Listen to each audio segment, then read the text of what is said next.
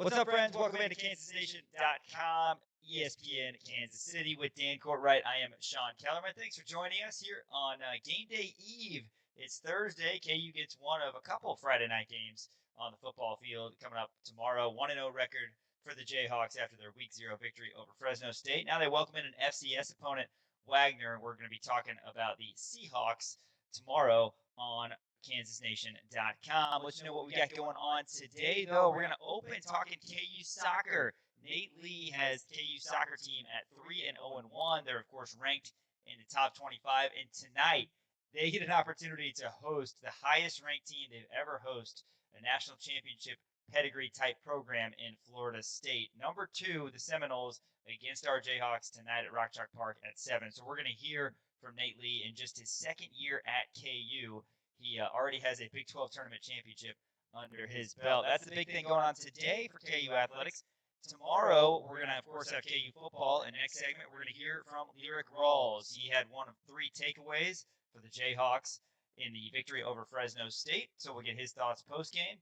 And then at 4:40, we're going to be joined by the voice of the Jayhawks, Brian Hanni, in studio. BH will give his thoughts on the new booth, give his thoughts on the Week 0 win, and, of course, looking ahead to Wagner. And then that other team next week might get a comment or two from Hanni on the border war upcoming. 5 o'clock. Well, it's not a Friday, Daniel, but we're going to break in our sports stock market. Give us a little preview on what we can expect on our sports stock market segment on this special Thursday. Yeah, so I've got some fun stuff about Iowa State and K-State. Not all bad stuff about K-State this time. Got some Bill Belichick stuff in there. Some stocks down on exercise. I'll explain more along that. The power of the ring. So we got a lot of really good stuff in the sports stock market. Usually we don't do it on Thursday, but since tomorrow's going to be a short show, we decided, hey, why not? You know, it's one of our favorite segments, and gets us kind of out into the other worlds of athletics. Yeah, veer away a little bit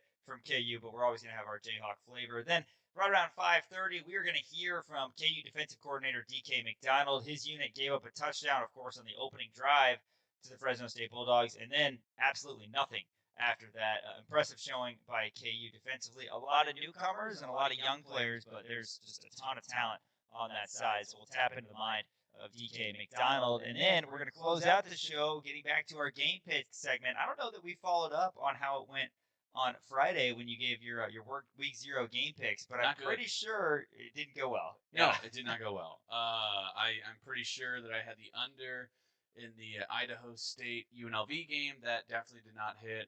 I had a few that just were not great. I did have to have the under in the K-State Iowa State game, and Rocco Beck. You got that by about a yard. He nailed it at the 1 yard line to get me that one. So I came out winning a little bit of money, at least from the bets. I didn't come out on top though. My favorite of the bets that you place that you don't actually place, and then they hit. Oh, yeah, I know, right. Yeah, I'll be like, yeah, I like this one. I don't know if I want to put any money on it. Then all of a sudden that one hits, with the other ones that I'm 100% ironclad, guaranteed it's going to hit.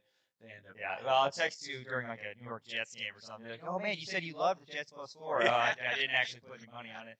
Anyway, game picks, though, for tonight's games. There are 17 college football games tonight. How about that? Thursday night special. And we'll get Dan's thoughts. And then on tomorrow's abbreviated show, of course, we've got some top 10 tilts that we are going to break down as well. And Dan will give his game picks on that. But first, we're going to talk KU soccer. Let's hear from the man himself, Nate Lee, who spoke to the media a little bit earlier this week.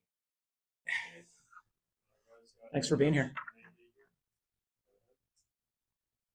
Nate, one of the things we just asked your girls that were in here, how do you sort of resonate the idea of number 2, so playing well and showing well is just as important as whether you win or lose a game? Is that a thing?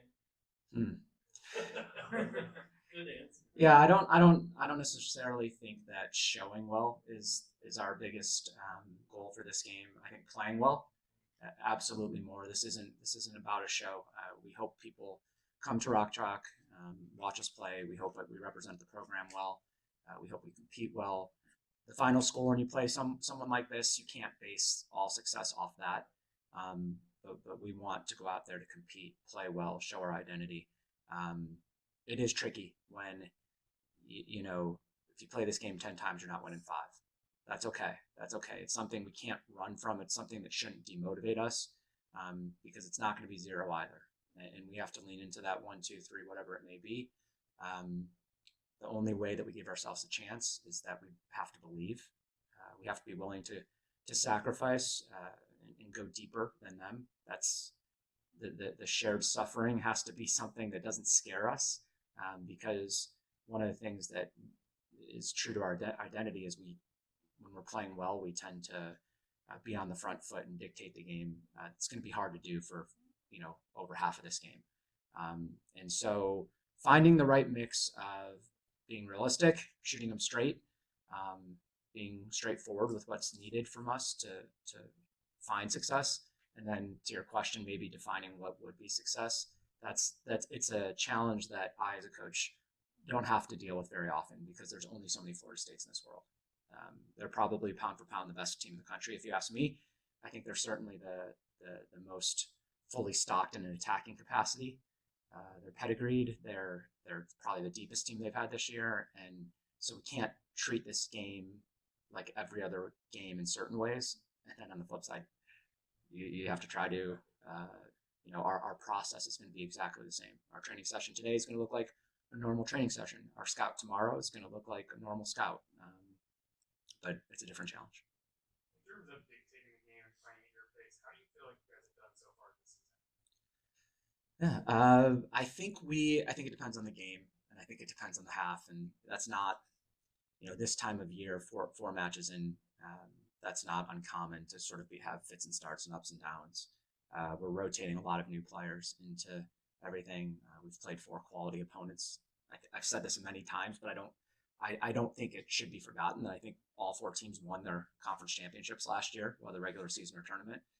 And so if you think you're going to impose for 360 straight minutes, that's just not going to happen. I do think we can do a better job of controlling the controllables and dictating more of those 90 minutes than we have. I think the first match, I thought we did a pretty good job with it.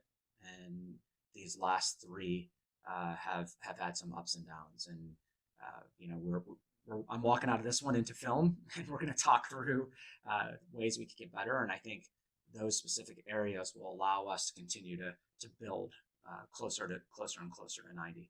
So I think it's pretty normal for this time of year.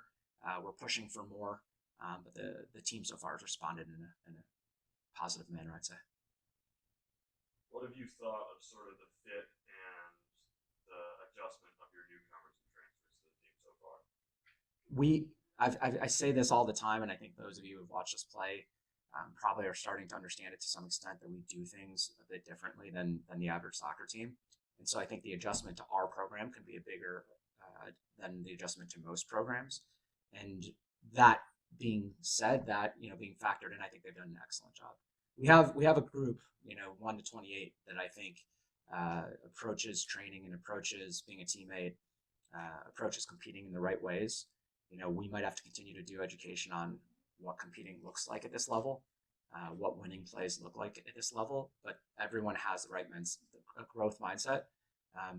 Whether it's working or not, whether we're executing or not, they're trying to, and certain players adapt to it faster than others, and it's definitely easier when the people around you know their cues a little bit more, right? So if a newcomer is coming in, if we had 10 returning players and 1 newcomer, I bet you they'd look better than if they're surrounded by 3 others that it's their first year.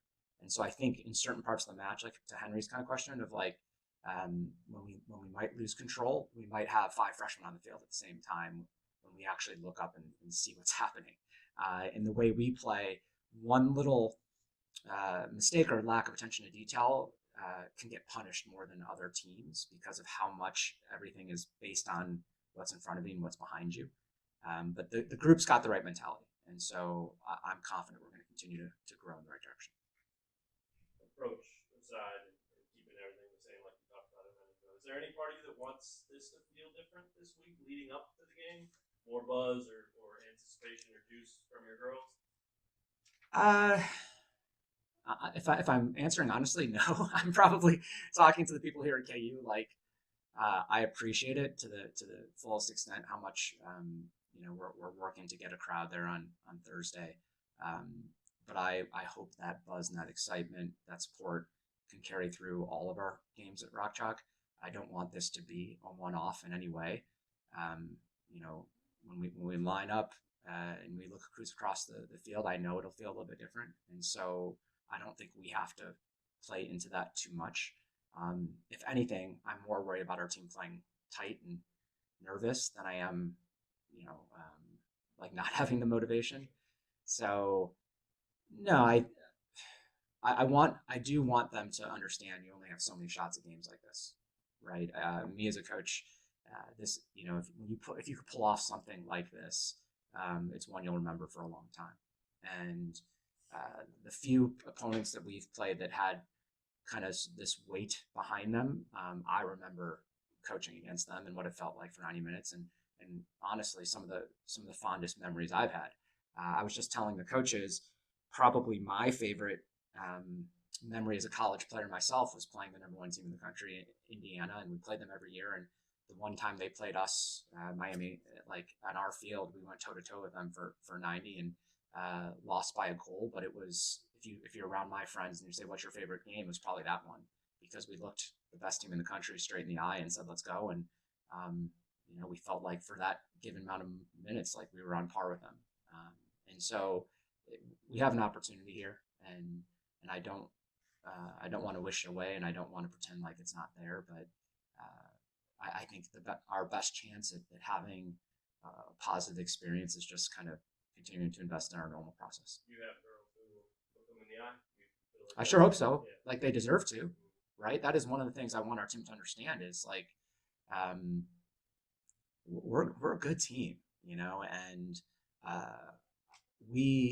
I think we have the opportunity to be one of those kind of teams that plays up, so to speak. I think a lot of how we're built is to deal with the best teams, and when we believe, it's not just one player dealing with one player. I think what can be special about us when we're clicking is that every time a player on the opponent has the ball, there's usually support coming. If it's not right there, it's coming. When we're playing our best, they're going to find a double team or triple team if they hold on to the ball too long. And so that's how I want Thursday night to feel, is that no matter how the game is going back and forth, it feels like we're closing gaps really quickly. It feels like anytime a Florida State player has the ball for any kind of extended amount of time, they're dealing with 2 or 3 Jayhawks. And if so, I think we could look at them right in the eye and see how it goes. How did this game get set up? So the non-conference scheduling is largely up to our discretion. Inheriting this program a year ago, we had some commitments that we still had to fulfill, return games to and from. This one was not. This was one we chose to schedule. And I think both us and Florida State had an opening. I think we both understand why it could be helpful to each team. If they're able to pick up a result, I hope for them it's a top 25, top 50 result, right? I think both teams wanted to play it at home. And so then you just have to figure out what makes the most sense. And their coach, and will you return the game? The way it's set up is there's no return on this game. But it's maybe something that we would look to do in the future. Do you know the coach? Coach Penske he won a national championship a year ago, so he's one of the best in the business.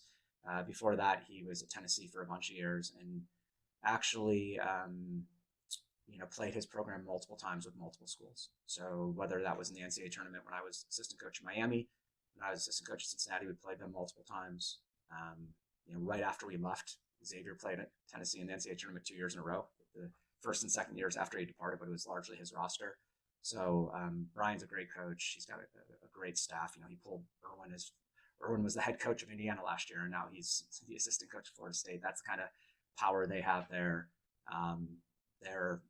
They're recruiting as well as anyone in the country at this point. And tons of respect for the program. You place an emphasis on protecting the home field this year, and so far that's gone well. I guess what's gone into that and kind of getting your players to value opportunities to play at home more this season? I think that's part of it, is valuing how special that is. We just went on the road for our first match, and it's no fun, and it's fun being on the bus. It's fun being on the plane. It's fun hanging out in the hotel. But, adjusting to a new surface, new ball, in that case, the altitude, having to drive almost 2 hours from the airport to those things are part of playing on the road, part of what Florida State's dealing with now.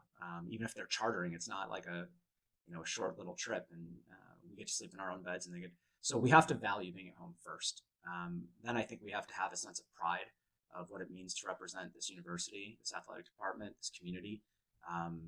That there's a lot of people out there who believe in us and support us and want us to do well, and we're playing. Part of our why is always who are you playing for? It should be internal, and then it should be for the people on your left and right, and then it should be for something bigger. And part of that's this greater community. And so I think we're valuing that more. I think we're getting energy from the crowd, and we've had some good ones here, and nice and vocal. And I hope we just continue to invest more in how special these moments can be. When you're looking to do non-conference schedule this year and going forward, what are you sort of looking to get out of those non-conference matchups every year? There's a lot of things that could provide value. I think one is if one of our goals here, this is one of the reasons you play a school like Florida State, is if we want to advance deep in the NCAA tournament at some point, you're going to be facing one of these teams, and you don't want it to be a shock to your system.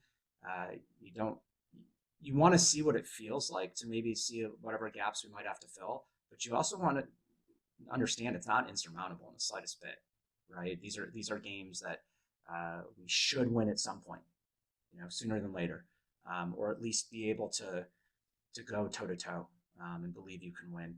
So I think there's a little bit of just exposure to different levels, right?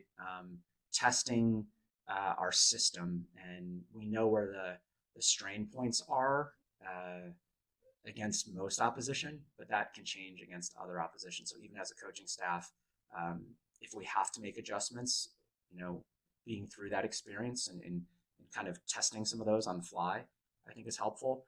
But the main thing that we look for, honestly, when it comes to scheduling, is we want to play in the NCAA tournament. That is a goal. I sat down with Jason and Travis and anyone here for the interview. It's one of the things that's on my resume is that we've coached teams that go to the NCAA tournament, and that's one of the things we want to do from year one here.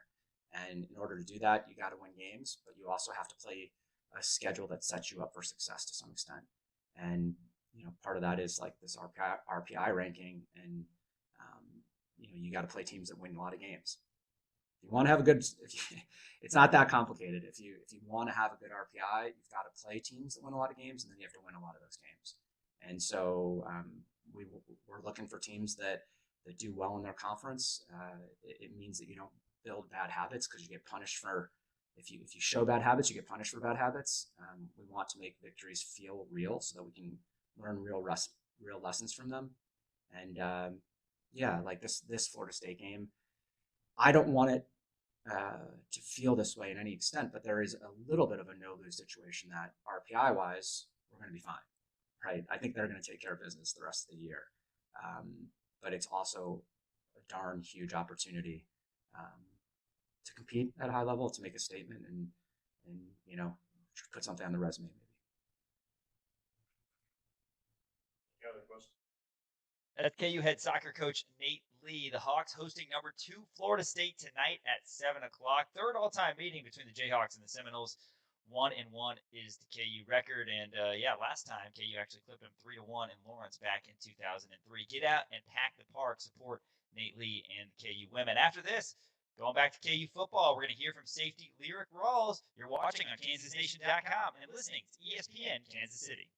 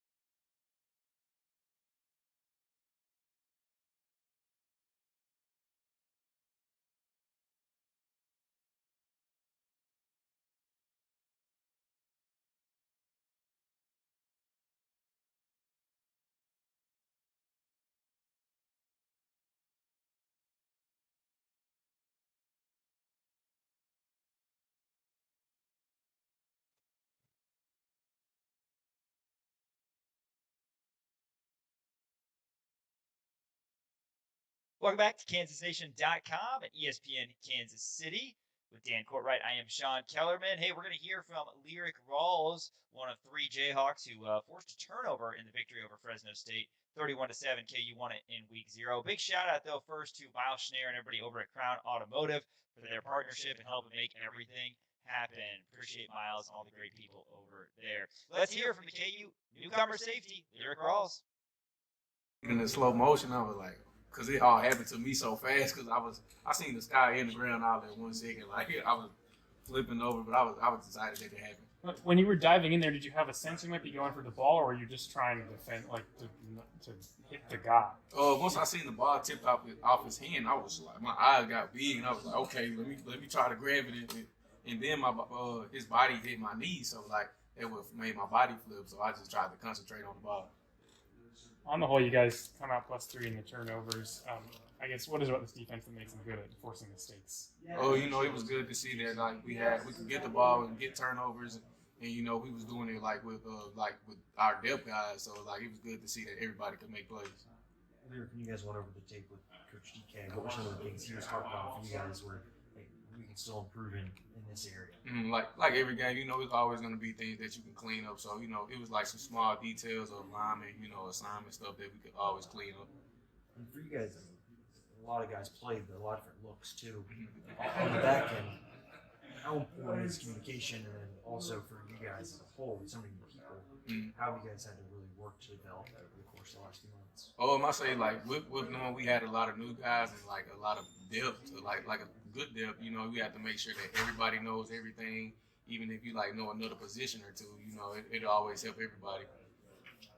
To kind of go back, first interception in the new stadium, first game of the year, what were your emotions when you got the ball? I was cheerful and happy, knowing we still have more of the game to go, but try to maintain it all, don't let my highs be too high, just think about it once the game is over. Did you hear the crowd at all?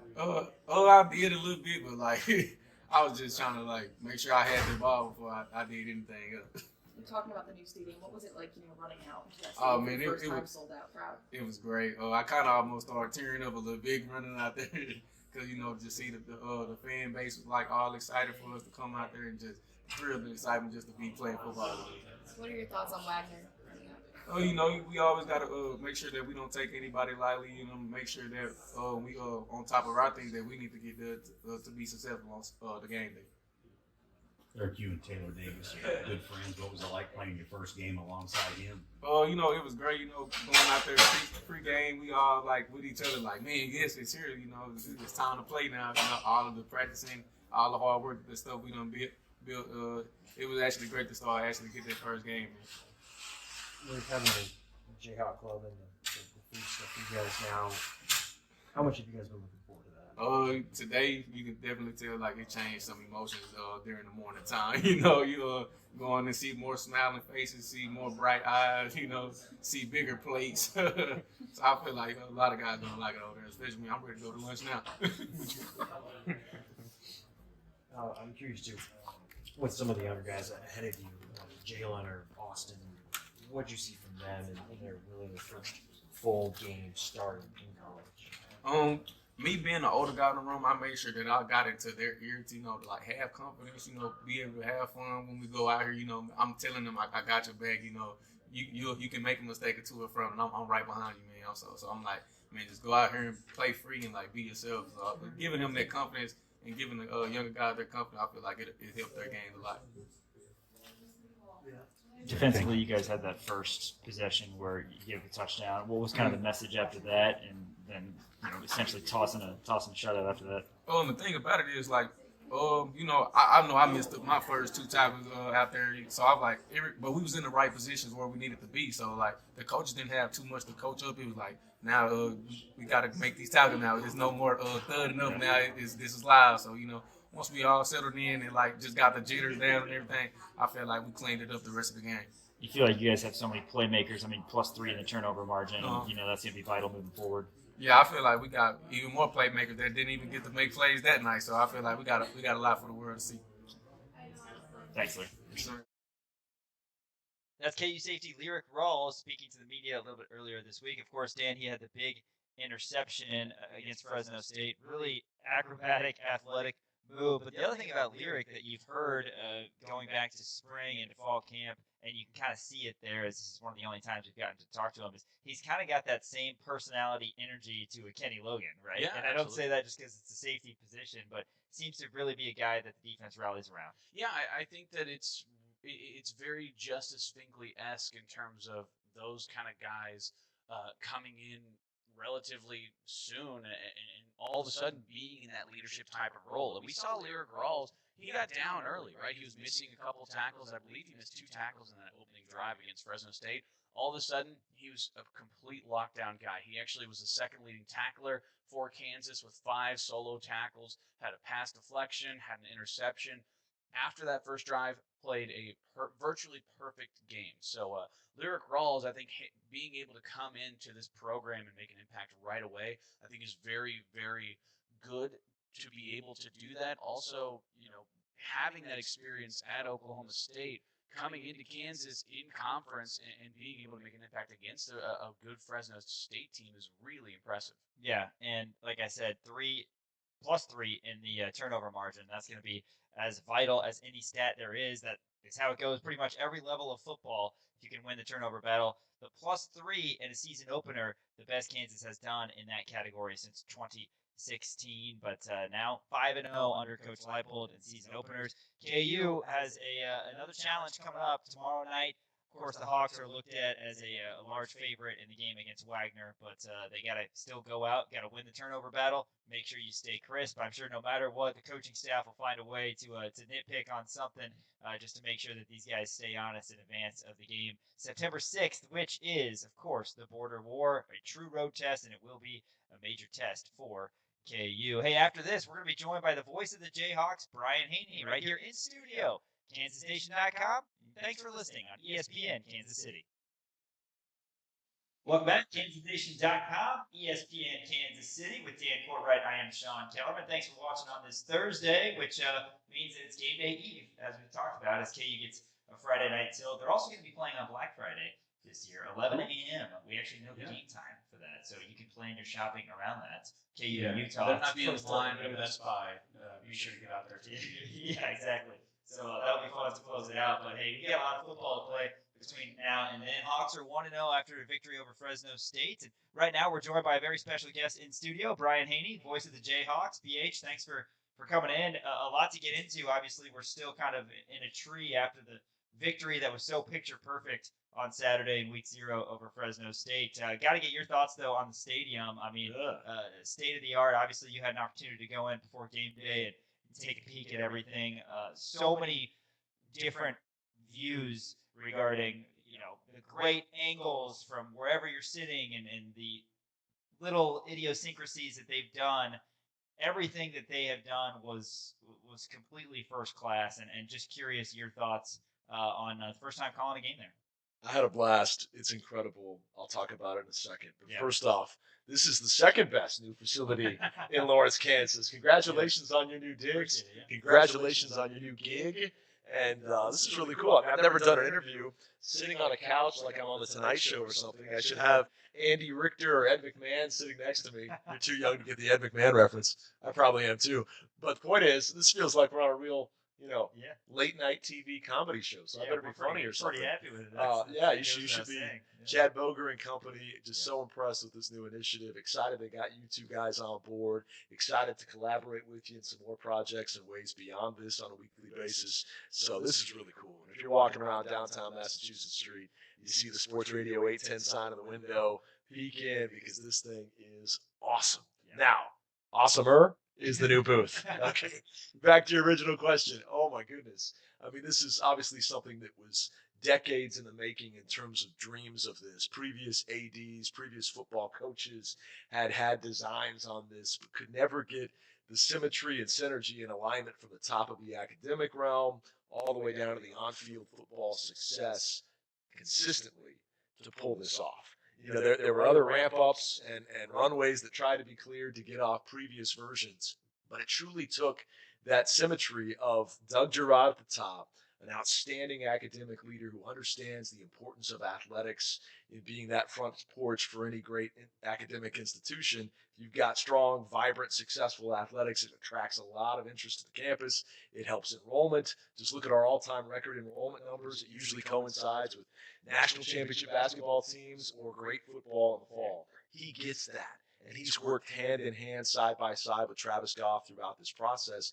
Goff, the visionary AD, who set this atop his priority list the day he was hired to make football at Kansas great again, but not just in a flash in the pan. We're good for a couple of years every 10 years, but we're built to compete every single season. We're built to compete atop the Big 12 and to be talked about nationally every single year. That was his dream. That was his priority. And not only did he make the home run hire weeks later in Lance Leipold, but he's found a way to keep Lance engaged, found a way to keep Lance and Kelly committed to Lawrence, give him everything he ever promised he would in terms of the facilities and the resources in first the NIL era and now the revenue share era to not only compete with the Joneses in terms of where they practice and play, but be competitive in terms of what they can bring the players in with resource-wise. So that was huge. But then obviously the third piece of that puzzle is you got to have that consistent winner. And while we've had amazing coaches, one of which the painting of Don Fambro is sitting across from me right now. I love it that David Lawrence brought that in for Missouri week next week. I mean, you talk about the all-time great Kansas coaches, guys that cared about this place, that understood the tradition and the passion. Fambro was a one-of-one guy. Glenn Mason, Mark Mangino, Jack Mitchell, we've had great coaches.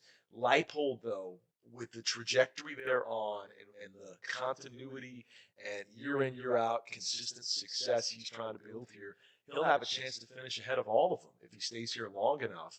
And so that was the third piece of the puzzle. Build a winner that shows tangible, real success on the field, but then doesn't use Kansas as a springboard to go elsewhere, genuinely wants to stick and stay here and dig in and make this thing a year-in juggernaut, year-in, year-out juggernaut. So that was the third piece. And then finally, you got to have generational generosity. And they got that in the form of so many key donors, most notably David Booth, who gives what we believe to be the greatest gift, not just in history of Kansas athletics, but collegiate athletics around the country. It's just amazing. But so many others, Brad Garlinghouse, Todd Slauson, Dana Anderson, the DeBruce family, just generational generosity that made this thing possible. So super excited to see it all come together. And the best part of it was Sean and Dan walking out of there last Saturday night. Folks were talking as much about the team as they were the stadium. Right. A football club that looked as good as the venue they played in, and the product on the field as amazing and jaw-dropping as the aesthetics in the stands. That, to me, was our hope leaving the yard, and that's exactly what we got when they scored 24 consecutive unanswered points and honestly dominate in all three phases of the game a program that had been to 4 consecutive bowls. Yeah, and maybe it's a good time to look back on Coach Leipold's first game. Of course, this is a week where Kansas is taking on an FCS opponent. KU lost to FCS opponents back in 2015 and 2018. But in 2021, Coach Leipold's first game was kind of a scratch and claw 17-14 victory over South Dakota. You can see the trajectory just in that. I mean, look where we're at now. We are, like you said, in a position where we're dominating a team that went to a bowl game last year, a program. I mean, we don't know what the season's going to look like from a win-loss standpoint, but just seeing the tangible steps that this program has taken, it's been really special. And certainly the stadium is I don't know if you want to say stadium and microcosm in the same sentence, because it's a major thing. But where this program is, it's not just a stadium for a losing program. It's a state-of-the-art stadium for a winning program, because that's what Kansas has right now. And Brian, let's talk about that picture-perfect night. I mean, wherever you want to go with it, 31-7 over Fresno State. Could have been worse if it needed to be worse, honestly.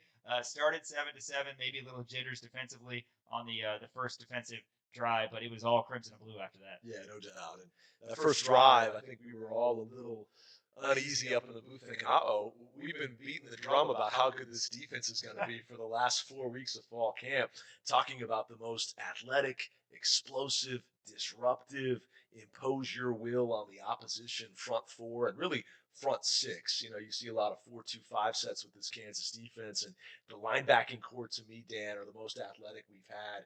going back to the Mangino era. The front four, when you had entrenched defensive tackle returnees like DJ Withers and Tommy Dunn and Keenan Caldwell, but then you add in some awesome rush end pieces like Justice Finkley, like obviously David Lawrence's favorite guy that I'm sure he talked a ton about last week when he was on with you, Leroy Harris.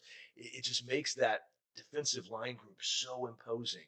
And so we were hyping that as much as you guys were on your show for the last month, and then the first drive doesn't go the way we thought it would, and it's kind of like, uh-oh, what's going on here? A couple missed tackles here, big gainer on third down there. They wind up scoring just as fast as KU scored. And Sacks were flying in, I'm sure, to your phone. Oh, for sure. Hey, Haney, what about this defense you were bragging on? But, we're halfway through the first quarter, and it's 7-7, and you're like, okay, buckle up. This might be a shootout. From there, the line in the sand was drawn. The curtain was dropped. And from there, they passed no further. And by that, I mean they did not advance across the end zone and red zone or anything like that beyond that first scoring. Exactly. I mean, they only got 141 the rest of the entire game in the final 3.5 quarters. That's how good Kansas settled in and how much they slammed the door shut. So I think I'm really excited about DK McDonald. Obviously, Brian Borland did a great job in his time here. But if I'm DK, I'm super excited that the cupboard is so full of defensive weaponry. The guys that we talked about, the Harrises and Finkleys and Dak Brinkley and, Bengali Kamara, to me, looks like an all Big 12 caliber linebacker. It just goes on and on, the list of pieces they can throw at you. And then if the perceived vulnerability on this team was its young corners, and they still have a lot of growing up to do, Alexander and Todd, keep in mind they're both 4-star signees. The only thing that Kobe and Melo had on these guys, and it's a sizable thing, is experience. And so my hope is by midseason that's less and less a factor, because from a body type and overall athleticism projectability standpoint, you love the measurables on these guys, you love the intangibles on these two outstanding young men that learned behind two of the best and now are ready to hit the ground running. So to me, this defense 1 through 11 looks really, really good. And the best part is they've got depth. They can keep guys fresh. I mean, we didn't even see Dean Miller last week in all Big 12 Conference DN. Wait till they turn him loose. So a lot to be excited about defensively. Brian Hanni joins us in studio, voice of the Jayhawks. Brian Hanni. And Brian, I wanted to flip the field to the offensive side of the ball. I mean, if you would have asked me last week, hey, if you think one guy's going to get in the end zone twice, I was thinking probably it's going to be Daniel Highshaw or Emmanuel Henderson. And it was Cam Pickett out of the backfield both times in 21 personnel. Talk to me about these newcomers on this squad, because, we saw LeSean Williams get into the end zone. We saw Cam Pickett get in twice. Keaton Quebec got in too, program guy. But just talk to me about how fast the chemistry has built between these new guys on this offense. Well, first off, LeSean's touchdown was exciting because it was, his second or third touch in a Kansas uniform, and he's already in the end zone, fourth and short play. Yeah. The blocking was amazing. I got to start with that, though, because David Lawrence said, man, even BMAC in his upper 30s could have scored on that play. And then BMAC, shots fired, totally catches me with a not-so-straight bullet, says, hey, man, even B. Haney could have scored on that hole. And my 40 time is probably somewhere in the 6'5" range. So, thanks, BMAC. But, yeah, I probably could have, because the blocking was so good on the left side. I mean, it was impressive, and boom, he was gone. And yet you opened with Cam Pickett, as you should, because he is now the answer to a trivia question. Who gets the first touchdown in the history of David Booth Kansas Memorial Stadium? And he had so much fun doing it, he went out and got another one a quarter later. And a guy that had 2 TDs all season last year for Ball State, in a season of 49 catches and over 500 yards, he had 2 TDs by halftime as a Kansas Jayhawk. So that was fun. This is a young man that has tremendous work ethic. I think there's an instant rapport and chemistry that's been developed between him and Jalen Daniels, where that trust level is there. That on third and medium, on any down or distance, quite frankly, he can turn to Pickett, and number 7 is going to haul it in. He was the most targeted of a group of 10 receiving targets that they spread the ball around to, and everybody got fed. He got fed the most. But make no mistake, I still think Emmanuel Henderson is going to be your blow the roof off, over the top type guy. It was unfortunate that on one of the two Daniels incompletions, they couldn't quite hook up. Great effort on both ends of a potential touchdown pass play where E-Man just kind of looked over the wrong shoulder and got spun around a bit. But this is still a guy that has a sub 4.40, runs 23 miles per hour for what that's worth for those that clock it that way. And yeah, he's the best vertical threat, hands down, bar none, that Daniels has had in his time at Kansas. And he's had some good ones. Quentin Skinner, obviously, most notably. But to me, you've got your obvious Luke Grimm replacement in Pickett. You've got that vertical downfield guy now in Emmanuel Henderson. And the names that I now want to see come up next in big fashion are Levi Wentz, but also Bryson Canty. Canty, to me, is built similar to Wentz, but he's actually got even more upper body strength. It's like looking at Dan next to Sean. They're both ripped, but Dan's a former collegiate football player, so he's just got a little bit more. A little bit on him, yeah. Just a little bit. But It's all right. I got the height on him. Yeah, he's. But I see you working out, Sean. You're bringing it strong too. Point is, Canty's going to be a target now, and he's going to be one of those guys you lob it up, and he just, physical, goes up and out bodies you to the ball, boxes you out, makes the strong-handed catch. I think that young man has a chance to be one of the, the term post-hype sleepers. We have like our camp hype guys. Yeah. He's the guy that like in October we start hyping because people were sleeping on him early in the year because he didn't get as many reps in the fall and all that. But to me, he adds in another dynamic weapon too. So kudos to Coach Leipold, Rob Ianello, the entire staff for going out and restocking the cupboard at receiver after obviously losing some big-time stars to graduation. Yeah, 100%. And I wanted to talk to you about JD as well because you brought it up. 2 incompletions. One of them was a drop. Another one was a virtually perfectly placed ball while he was essentially sideways being hit. Yep. Just talk about JD and his growth because last year at this point, we saw JD trying to force some things and kind of play hero ball. To me, it looked like the decision-making was a lot better. Talk about JD and his maturity and his growth going into this last year and the way that he played, just the difference from last year to this year.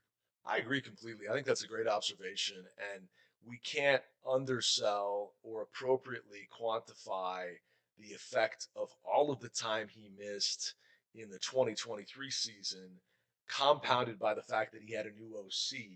Naturally, there was going to be some dust to shake off and cobwebs to clear out, and there was going to be some unsettled, out-of-rhythm play early. And clearly, the version of Jalen Daniels we saw in the second half of last year was the type of player that could knock off a lot of teams, and sure enough, he did, with back-to-back-to-back top 25 upsets.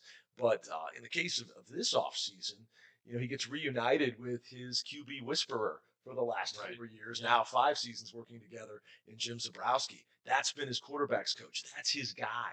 Their chemistry and trust and rapport is as good as any you see between a positional coach and a star player, and now a coordinator and a star player. And so that was big. And then you've heard the quote 101 times. I don't have to rehash it here, but to me, when Matt Gildersleeve and Lance Leipold on the first day of fall camp media availability said, Jalen Daniels has treated every day since January like game day.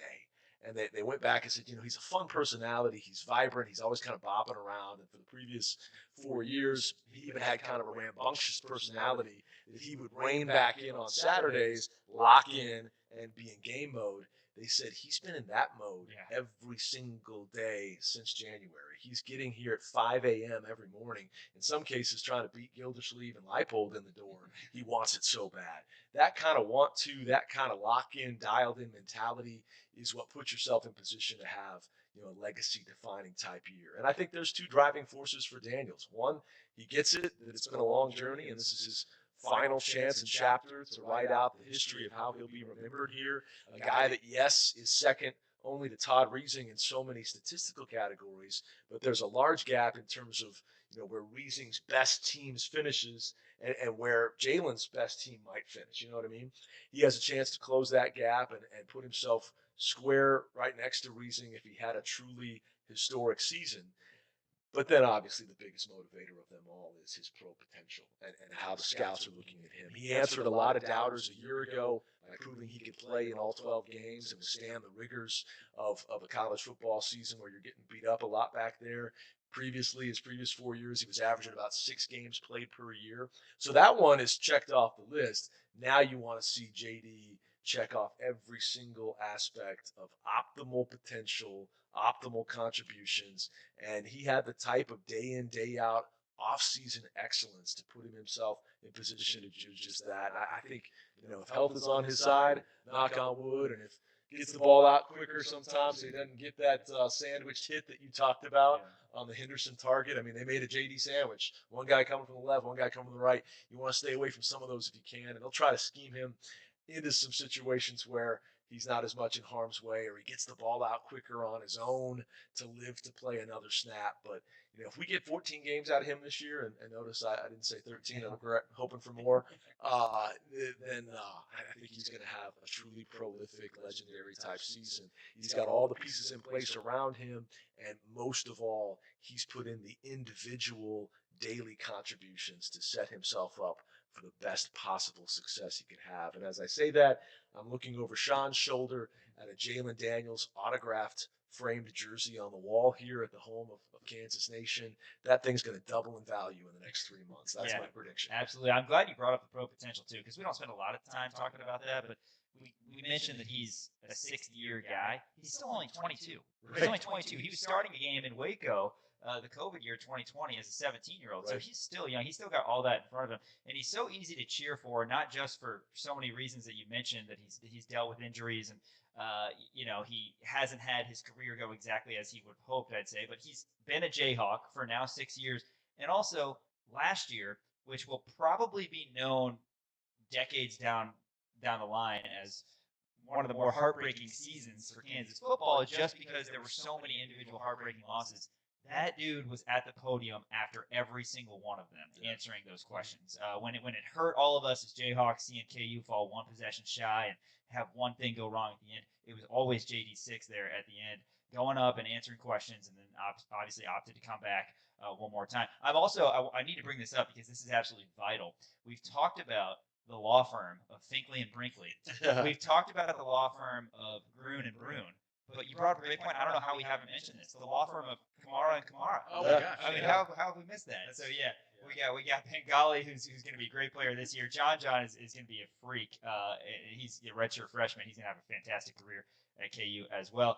Last thing for you, BH. What can Kansas get out of this Wagner game tomorrow? Obviously, we expect KU to go out and roll. We expect to see a lot of guys second, third, maybe even fourth string, and who knows, got to make sure that you're taking care of penalties and winning the turnover battle and all that. But what's important, do you think, for the Jayhawks to accomplish aside from winning tomorrow night? Yeah, I think you hit on some big things right there, starting with just be crisp offensively. Don't shoot yourself in the foot with unnecessary holding penalties. And a couple of those were probably suspect calls last week, not to make excuses. But the point is, there's a lot of little things you can do, some pre-snap timing things at this time of year are typical bugaboos for everybody. But coach wants to see them be sharp, crisp, no unnecessary 5 and 10-yard marches the opposite direction because we shot ourselves in the foot. Go out there, be assignment sound. None of the missed tackles that we saw early in the game. Continue to be disruptive. This is the type of opponent that you should be able to easily win the war in the trenches just based on your sheer size and physicality. Assert your will in that regard and be the power conference ascending top 25 type team that we believe them to be, that wins matchups of physical stature and straight on vertical speed. Those are the areas where when it's FBS versus FCS and high major FBS versus FCS, you should be stronger, quicker, faster, and you should be able to lean into those types of advantages. So I hope that's the case. I hope it's genuinely the type of game where you've got enough comfortable momentum and a sizable lead to where we don't see a lot of number 6 after halftime. We don't see a lot of the starters. I want to see the Thompson and Stewart backfield. You're talking about all these law firms with the same name or similar sounding names. Guys are going to be good. I hope that we see a lot of Harry Stewart and we see that tandem of backs in a week where you like to get Hishaw out early, and we know that Le'Shawn's status, according to coach on Monday, is up in the air. You like to get them rested and focused on the Week 3 opponents. And you also, above all else, probably don't want to show those Week 3 guys very much on film. Not that it's going to be totally vanilla, but I would think that Jim Zabrowski and Coach Leipold would pull back on a lot of stuff there too. So go out there and, as Bonnie Henriksen used to tell me, the women's basketball coach back in the day, take advantage of your advantage. Yeah. This is the type of matchup where you've got a lot of those advantages. Impose your will because of your physicality and your speed advantages and get out of there early. And let's all have a great night celebrating on the Hill on a Friday night. 4-2 on Fridays since 2021 when we played a Friday game every single season. Yeah. So we like Friday football. Let's go win another one. Absolutely. Yeah, can't wait. KU and Wagner tomorrow at 6:30. Crimson and Blue show. You're going to hear Brian. You're going to hear David and B-Mac beginning at 5 o'clock. Brian, thanks so much for coming in. And, next week we're going to have to bring you on to talk about the team that we're playing after Wagner and preview that, hopefully talking about 2-0 Jayhawks. Cannot wait. Looking forward to that Week 3 opponent for sure. Congrats again on the new job, guys. Congrats on the new home of a great show that you guys have made even better in recent years. And I just look around this beautiful facility. I think the only thing it's missing as you continue to put paint on the walls and all that is you need a tradition that every time you get a KU guest in here, they sign the wall. That's a great idea. All right? I'm not saying I should be the Herbie Hancock Yeah. Adam Sandler reference that makes the big signature like John Hancock. But I think every time somebody comes in, you got to do it, especially if you get some student athletes and some veteran players down here. We're going to be doing some cool stuff on this same platform with the former players of this program. So maybe that's something we start to do in this fabulous new facility down on Mass Street. Yeah, hey, stay tuned, kansasnation.com, and just make sure you follow us on socials because we're going to have 7 new shows in addition to our show here on Kansas Nation where you're going to see and hear from a lot of people that you're used to in KU Athletics. More information on that to come after the holiday as well. All right, Brian Hanni, David Lawrence on the call. KU and Wagner, Week 1, Game 2 for the Jayhawks tomorrow at 6:30. Sports Stock Market after this. You're listening to ESPN Kansas City and watching kansasnation.com.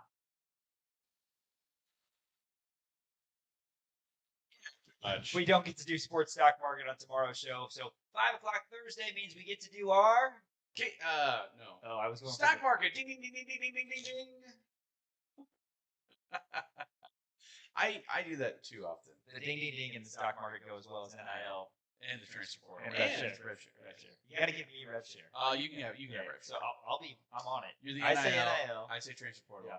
You say rev Whoever share. says NIL, Sure. you got to be on it. Right. There can't be any hesitation there. But yeah, it is Sports Stock Market here on a special Thursday for everybody who loves our fantasy draft of athletes that you get stranded on a desert island with or anything like that. Don't worry. We'll be back next week when we have regularly scheduled programming. I know that Gabe Boucher is very excited for our first fantasy draft. Of course. Generally, those have been one-sided. I'd say about 80% of the time. But they are fun because you can engage with us on Twitter at The Kansas Nation, and we'll put a poll up. You can let us know who won. You have won a couple. Tailgate items. Tailgate items was a good one for me. I'm I'm trying to think of any other ones that I won. The worst for me are the ones that you do that.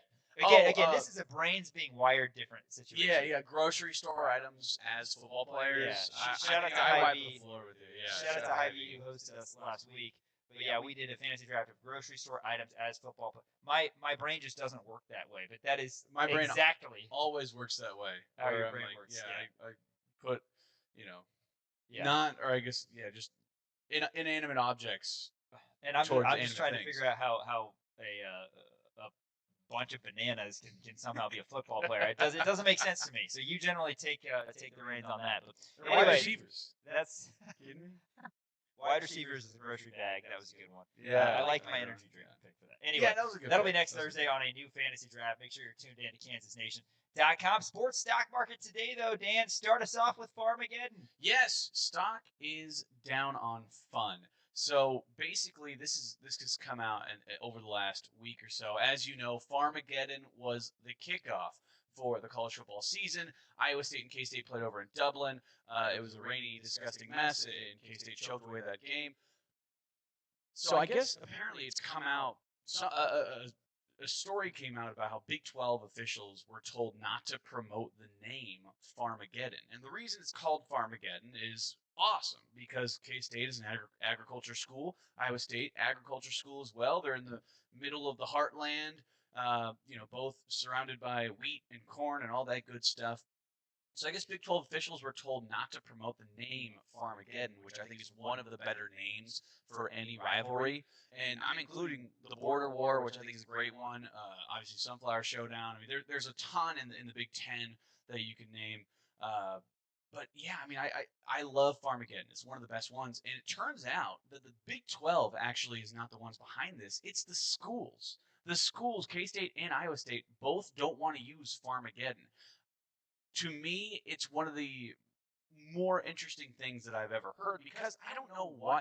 If you're able to have a name for your rivalry that is as cool as Farmageddon, you should want to lean into that as much as possible. And they're trying to steer away from it. They're trying to make this not a real rivalry game, or at least have a nickname. I think it's one of the dumber things that I've ever seen. So if you're a K-State official or an Iowa State official, A, what are you doing watching this show? And B, you need to keep the name. Keep the name Farmageddon. Wait, but remember, it's a Kansas State flag. We're Kansas Nation. That's true. A Kansas That's State true. flag. Yeah, that you had can one. watch the show. But That's fine. I couldn't help, my mind couldn't help veer away from the actual words you were saying there. But I will say that a top 10 came to me when you're talking top 10 best names of rivalries in sports. Oh, yeah, I think the game is awesome. The game is great. Michigan, Ohio top State. 10 games with names. Backyard Brawl. Yes. You kidding me? Iron Bowl's great. The Red River rivalry. Fantastic. Duke UNC. All right, yeah, we'll do Tobacco Road. Tobacco No, Road. no, you We'll can't do the say- top 10 games with names. You can't say sometime. Red River rivalry because it's too difficult to say, right? Didn't they switch it over to the Red River Showdown or something? Yeah, Literally Red River because it was rivalry. too difficult to say. Yeah. Yeah, I don't know what If you're that- what British, that's you're gonna have about. a hard time. But or have a speech impediment. yeah. Yeah, but no, keep the name Farmageddon. I don't know why they would ever want to steer away from the name Farmageddon. It's one of the better names. Iowa State and K-State, I didn't even realize this. They're one of the longest standing rivalry games in college football history. They've been playing for like 100 and some odd years in a row. They're getting rid of it in 2027. They're not scheduled against each other. It's one of the biggest embarrassments. Look, Brett Yormark has done a fantastic job with everything. He has hit home run after home run in terms of keeping this program, not this program, but this conference together. This is the one swing and miss that I think that he has had is not scheduling Farmageddon as an every single year game. Yeah, I mean, I've got a soft spot for all those rivalries. Like when KU stopped playing Nebraska, obviously Oh. when KU stopped playing the team that they're going to play in a week and a half or so. Just say That Mizzou. is what You is can't- so upsetting. You can't say You need Mizzou. to It's play like teams that poison you've on your always tongue. played, man. That's what makes sports great, rivalries great. Even Iowa State fans, Iowa State basketball would say that they want to play Kansas every year, and they want to continue to play Kansas every year. And K-State would say that even though KU has beaten K-State and Iowa State more than any program has beaten any program in college basketball, but That's I right. think they would still like the rivalry aspect. And that's what's always bothered me about watching highlights. You're watching a KU K-State Big Monday game or whatever, and what do you see? Well, you see highlights of Iowa State beating KU Yeah. when 2016 or whatever. Obviously, Iowa State's been a much better program, but Yeah. you always see the highlight of the one time that it happened. KU K-State's a perfect example. Michael Beasley gets us in 2008 in Manhattan. That's always the game you see on the highlight. You don't see the 55 times that Kansas has beaten K-State since then. Do you remember that I went to a K-State game when I was in high school, I believe. I was with an ex-girlfriend, big mistake, and she was a big K-State fan. And I remember their big pop. In KU's hype video, there'd be a big pop with the Kerry Meyer, Todd Reesing, catch in the 2007 Border War. Their big pop was just Jordy Nelson scoring a touchdown on a keep to leap. Yeah, That was it. that's it. It was like, They didn't it's have over any- a keep, and they all go crazy. It's like, you guys have had a lot of different things happen. Like, you guys have won a lot of bowl games, and that's your big pop is having a Jordy Nelson over a keep to leap touchdown. It's I don't know. One thing that they've never done is win a national championship in any That's sport. true. So Well, that's, hey, that's meat judging, noteworthy. meat judging, crop judging. I think they're pretty good at. So You know what? They do have a great agricultural program. I'll give you that. That's true. I was glad to see on the rundown of our sports stock market that Bill Belichick and his betrothed, no, they're not actually married, but Not Bill yet. Belichick and Jordan Hudson are back on there. They are. Take us around Coach Belichick and his girlfriend. Yeah, so stock's up on making the most of your situation. So apparently, Bill Belichick and his girlfriend Jordan Hudson, they have filed for a trademark for the term. Guess what? Gold digger. They have filed for a trademark for everything that uses the term gold digger, because that's what everybody keeps on saying about Jordan Hudson, about how she's a 24-year-old dating a 75-year-old, greatest football coach, greatest NFL coach of all time. I kind of respect this hustle, right? Because if people are gonna go around calling you a gold digger and be like, oh, you're only after him for his money. Oh, what are you doing? Embrace You're taking it. advantage of this. You're taking advantage of this geriatric man. Lean into it, embrace it, and at least make a little bit of money off of it. If you're a true gold digger, that's the way you should do it. Is try to make money on anybody calling you a gold digger. They've also filed for a number of different trademarks as well. Chapel Bill. Fantastic, Chapel by Bill the is way. great. That's a great one. That should have been trademarked on day one. Oh, absolutely. Bellustrator, like that one too. Trail of Salty Tears is an interesting one. They filed for a trademark for that. I don't really understand that. They also filed for a trademark of the Belichick way, and also No Days Off, which that's like No Days Off. A lot of people say No Days Off. So if I can't send out a tweet or whatever, this is No Days Off without writing Jordan Hudson a check. That's very interesting to me. But also, I wonder if they're going to get the trademark for Gold Digger, because when you think of Gold Digger, Kanye West. That's the first thing that comes to mind. Kanye West, Jamie Foxx, hell, even Ray Charles. That's the song that they sampled from it. So yeah, I can imagine they're going to get it just because Gold Digger, the term has been around for so long. And obviously, it's one of the more famous songs of all time. Kanye West put out that song Gold Digger. I don't know if they're going to quite get it, but I do respect the hustle.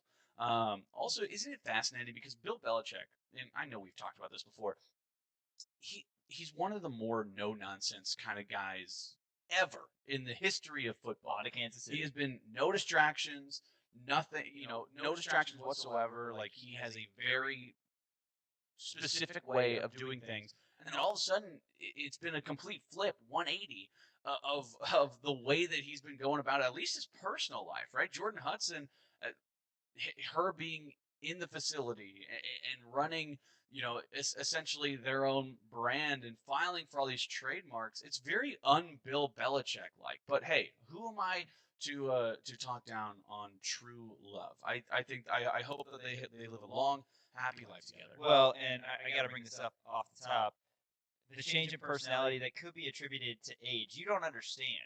But as you get older, sometimes you have to kind of let things go. Sure. And you'll figure that out at some point. But no, it is smart for them to go ahead and do this. I don't know about some of those other potential trademarks they got, but Chapel Bill is fantastic. That's a great one. And if they can somehow get Gold Digger, then good for them, because a wise man once said there are only two things in this world, and one of them is money. So we'll see what happens on that front. I know that it's stock down on Daryl Doucette type day as well, but stock is up on dual sport athletes, I guess I should say.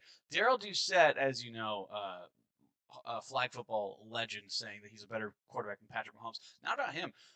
It is stock down on Daryl Doucette. Stock's up on dual sport athletes, because as of right now, the number one top-ranked flag football quarterback, I guess I should say, in the United States is Rajon Rondo. No, not a different Rajon Rondo. That Rajon Rondo. Kentucky legend, Celtics legend, other teams legend. Right now, Cavs, I feel like. Yeah, was he on the Nets for a while? I don't know. He bounced around a little bit. He was with the Wizards, I think. But right now, he is the officially top-ranked flag football quarterback in the NFL. I've been watching some highlights of him, by the way. He's good. He's damn good. It's a wild thing to see. I don't know how he made this pivot to this point in his career. Maybe he was just bored and was tired of spending his NBA Hall of Fame money, and he's like, you know what? I'll try flag football out for size. And now he's the number one flag football quarterback in the United States. And you're jacked about flag football in the Olympics, yes? Yeah, oh my gosh. Are you kidding me? Yeah. Now here's the thing. Does Rajon Rondo make a run? at that quarterback position. Okay, well, I want to bring this up right now. It's 2028, so he's going to be a little bit older. I mean, you got 3 years. In 15 seconds, in the next 15 seconds, you have to give me 3 flag football players you absolutely have to have, and you cannot take Lamar Jackson or Tyreek Hill. Okay, Justin Jefferson. Oh, this is harder than I thought.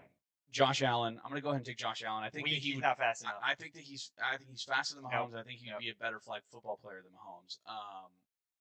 And then, you know what? I'm gonna go Travis Hunter. I think he can play both sides of the field. Interesting. That's I'm going That's Jalen Daniels, Daniel Highshaw, and Cam Pickett. No, but hey, how do you not go with Jaden Daniels?